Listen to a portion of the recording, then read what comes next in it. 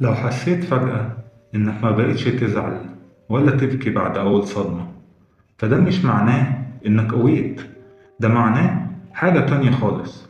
كتير بنفتكر إن السلام الداخلي معناه إننا ما نتوجعش، بس الحقيقة النفسية بتقول إن في فرق كبير جدا بين التعافي وبين الجمود. لما تحس إن الموقف يزعل ومستاهل من رد فعل كبير، بس تلاقي نفسك واقف ساكت بتتفرج بعين باردة وبتقول عادي. العادي ده مش حقيقي. عقلك البشري لما بيلاقي الوجع والتفكير أزيد من قدرتك على الاستيعاب، بيشتغل بحيلة دفاعية اسمها الخطر النفسي.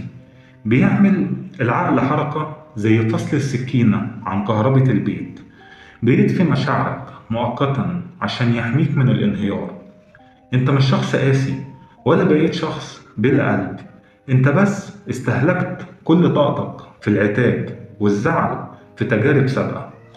ولما ما لقيتش فايدة، الخطورة هنا مش في السكوت، الخطورة انك تصدق ان ده وضع طبيعي وتعيش بيه. التعافي الحقيقي مش إنك تتوقف فجأة عن الشعور.